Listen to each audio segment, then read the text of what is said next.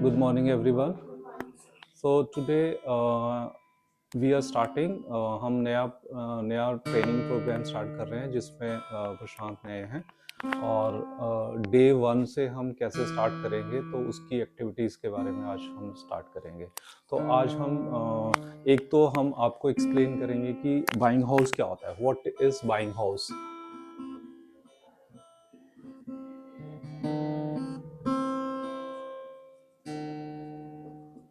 Okay, so what is buying house? So there are three contacts.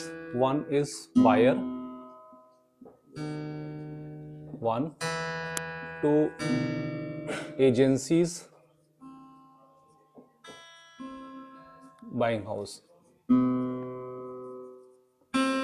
So buyer, agencies buying house. Third one is the factories. Okay. So a lot of factories, if we talk about India, North India,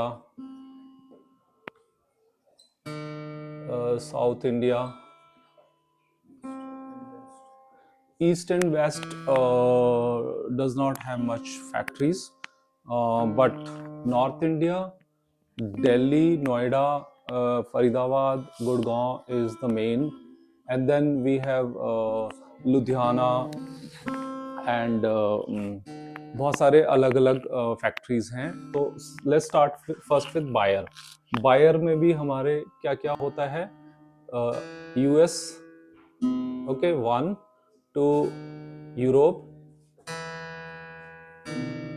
third one Australia, fourth one other countries भी आ जाते हैं जिसमें South Africa भी, we have South Africa also, then Turkey also. So these are the main buyers countries. So US major है, Europe major है, then Australia, South Africa और Turkey. तो ये तो हमारे बायर की साइड से हो गए। और भी कंट्रीज हम ऐड कर सकते हैं, न्यूजीलैंड के भी छोटे छोटे कस्टमर्स होंगे, China make their own product, so China हमारे को कोई प्रोडक्ट नहीं देता है, वियतनाम में भी प्रोडक्शन होता है, इंडोनेशिया में प्रोडक्शन होता है। तो हम जो है हमारे जो एक्सपोर्ट करते हैं वो हम सिक्स्थ कंट्री दुबई को भी हम कुछ कस्टमर्स दुबई के भी होते हैं, तो वहाँ पे भी हमारे ऑर्डर्स होते हैं। तो buyers are from these countries, okay. Then even South America भी है, उसमें भी कुछ कुछ कस्टमर्स हैं, पर उन कंट्रीज में जो कंट्रीज डेवलप नहीं होते हैं उनके यहाँ फैक्ट्रीज भी होती हैं। इवन यूरोप में भी बहुत सारे कंट्रीज हैं जो प्रोडक्शन करते हैं फॉर यूरोपियन कंट्रीज। तो लाइक पुर्तगाल में बहुत सारी फैक्ट्रीज हैं, इवन इटली जो हमारा फैशन का सबसे टॉप मोस्ट कंट्री है जहाँ से फैशन स्टार्ट होता है, तो वहाँ उनके कुछ ब्रांड्स ऐसे होते हैं कि वो they want to see and immediately, they don't want to waste time कि भाई उनका जो डिज़ाइन बना उनके पास 2 दिन में 3 दिन में आ जाए। तो वो वहाँ पर भी कुछ फैसिलिटीज़ होती हैं जो एक्सपेंसिव होती हैं, बट वो कस्टमर्स जो कस्टमर्स ऐसे होते हैं जो ब्रांडेड वाले होते हैं उनको उसमें प्रॉब्लम नहीं है पैसे का, राइट।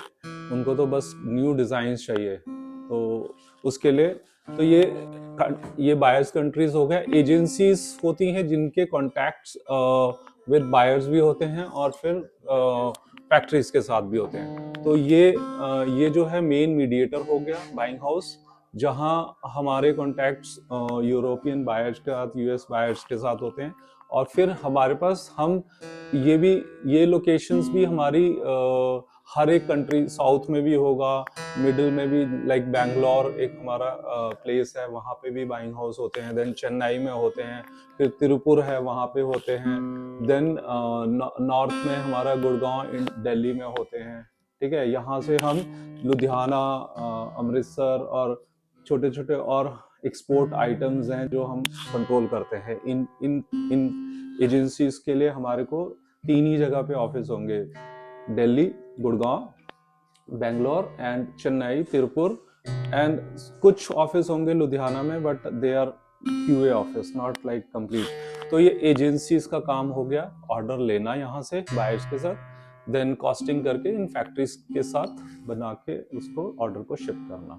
सो और हमारी जो एजेंसीज का वर्क है वो ये है कि जब हमारे को कोई भी एक बायर हमारे को एक स्टाइल देता है कि भाई एक स्टाइल है टी शर्ट बनाना है, ठीक है, टी शर्ट, और उसमें 10,000 पीसेज हैं, तो अब हमारी रिस्पॉन्सिबिलिटी है हम इसमें से किसी एक फैक्ट्री को ऑर्डर देंगे। हम 3-4 फैक्ट्री से कॉस्टिंग भी करा सकते हैं और उसमें से हम कुछ जो फैक्ट्री हमें बेस्ट प्राइस देगी, क्योंकि हम एजेंसीज, कुछ एजेंसीज जो होते हैं दो तरीके से काम करती है। एक कॉस्टिंग में एक होता है आपका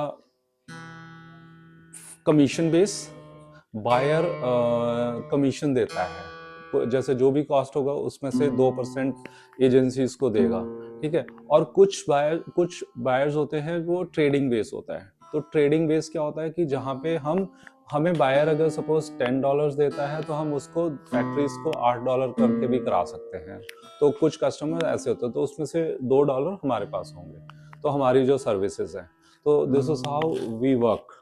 और उसके बाद बाइंग हाउस के साथ दूसरा पॉइंट क्या है कि जब हम एक फैक्ट्री को चूज करते हैं उसको, फिर then it is our responsibility, we get TNA, आप लोगों ने देखा होगा, तो उसमें फैब्रिक का हम कंट्रोल करेंगे, देन हम सैंपल्स का फिटिंग कंट्रोल करेंगे, देन हम उसका pre production, then size set, we will make sure that quality and delivery is met. तो ये हमारी रिस्पॉन्सिबिलिटी है। दैट इज वाई बायर हमारे को बीच में मीडिएटर के रूप में हमें देते हैं। तो एक एजेंसीज या बाइंग हाउस का काम है as a mediator to control everything. We are the ears and eyes for buyer.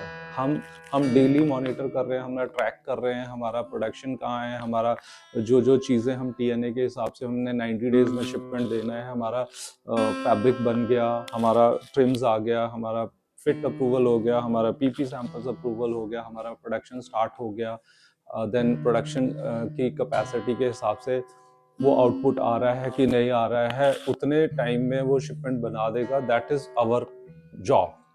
तो इसीलिए बायर हमारे को देते हैं। ये तो हो गया 1 2 3। There is fourth part also, liaison office.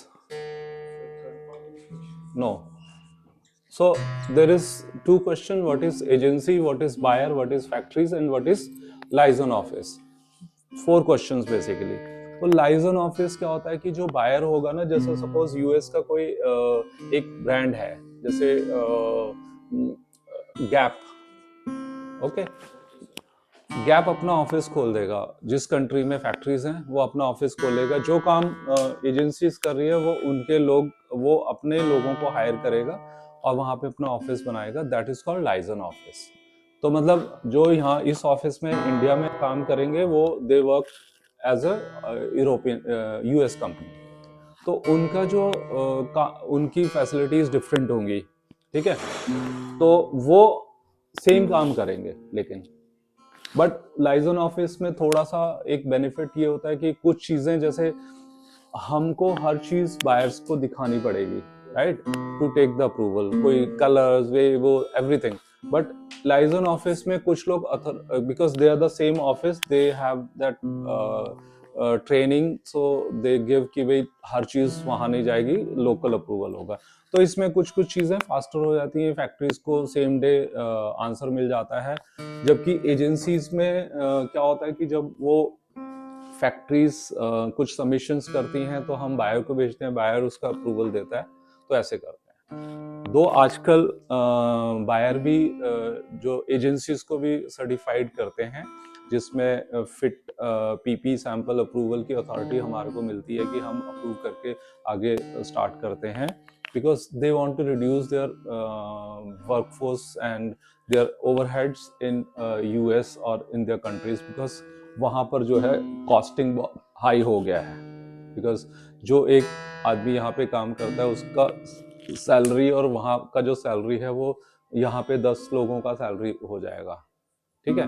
तो वो कस्टमर उतना पैसा कम करके अपने कमीशन में ऐड कर देता है और रिस्पॉन्सिबिलिटीज हमारे को दे देते हैं। तो उसमें कलर का भी है, लैब डिप्स का अप्रूवल का करना होता है, वो हम करके देते हैं, फिटिंग का हम करके देते हैं। तो वो होता कैसे है, वो एक ऑल ऑफ सडन नहीं होता है।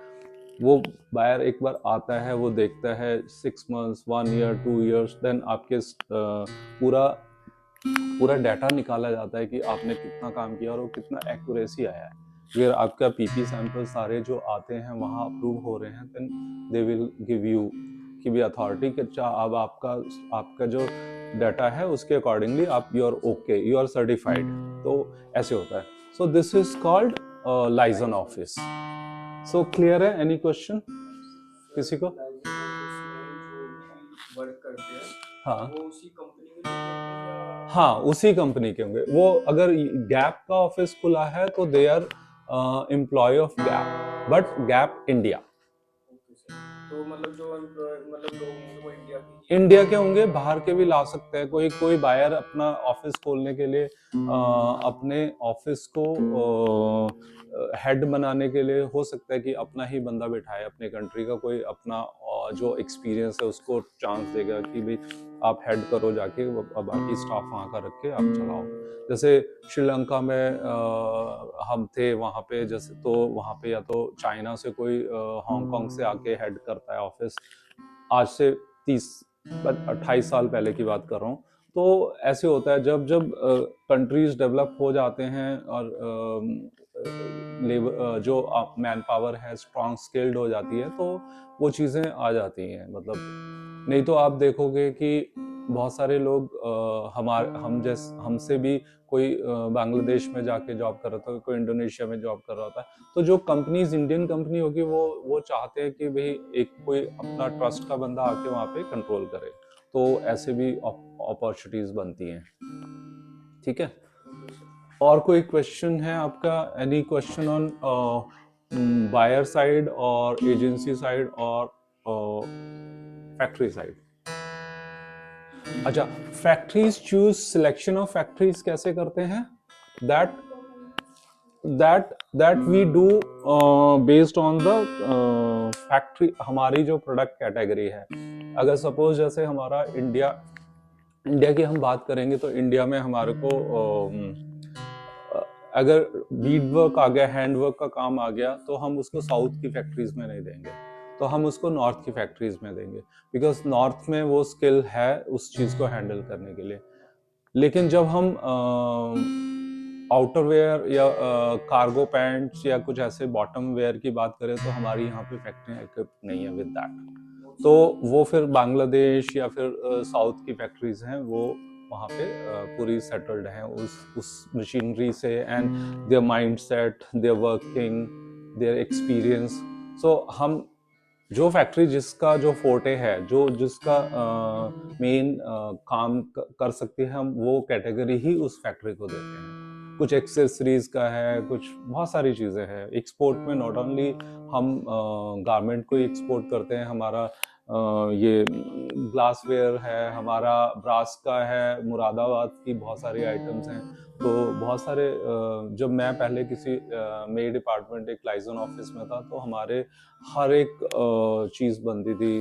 होटल के जो सूट्स, होटल सूट्स के नाम से प्रोडक्ट होता है, जिसमें वाइन के ग्लासेस और ट्रेज और वो सारी चीज़ें हैंडमेड, वो सारा का सारा हमने मुरादाबाद से किया है कुछ। तो बहुत सारे अलग अलग लोकेशन, वही अगेन जो जिस कैटेगरी का प्रोडक्ट जहाँ से मिलता है वहाँ से आप बायर को हम अप्रोच करते हैं उसी कैटेगरी में।